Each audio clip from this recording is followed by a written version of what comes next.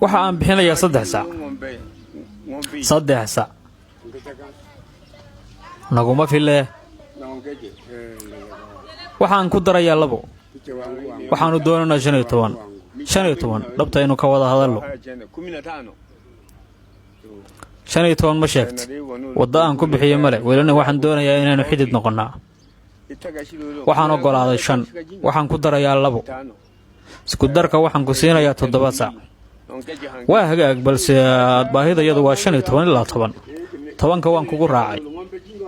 5 ayaa hadda ku siinayaa 5 gadaal ayaan ka siin doonaa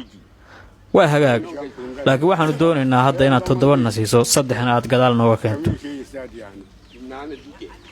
waan kugu raacay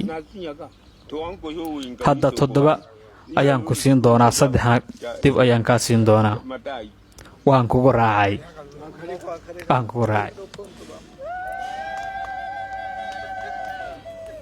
haddana waa markaygii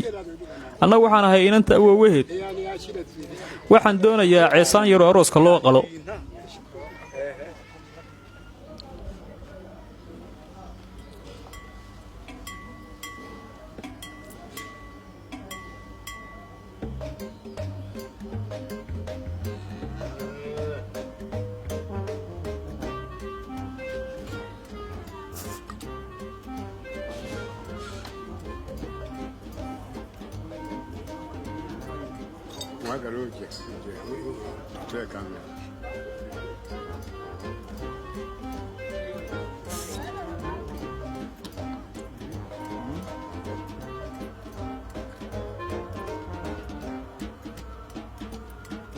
maxaad ka cabsanaysaa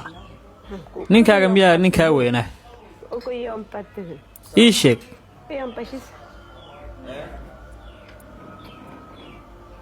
ii sheeg ninku ma kaa da'weyn yahay waxaanu haysanaa gabar keliya saa darteed ma haysano fursado badan oo aan ku heli karno lo aan ka ahayn gabadha in la ka guursado dhaqan ahaan lo'du waa mid aad uga qiimo fiican dumarka gabdhaha saa darteed bulshadayada waxaa aad u adag inaad lo hesho gabdhahaagana ay guriga kuu joogaan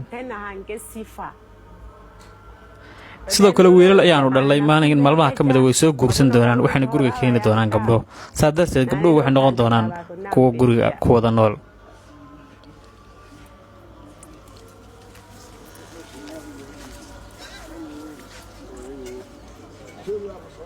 hadda waxaa la gaaray xilligii aanu iska indhayn lahayn lo'da aan meherka ku helay lo'daydu waa lo' fiican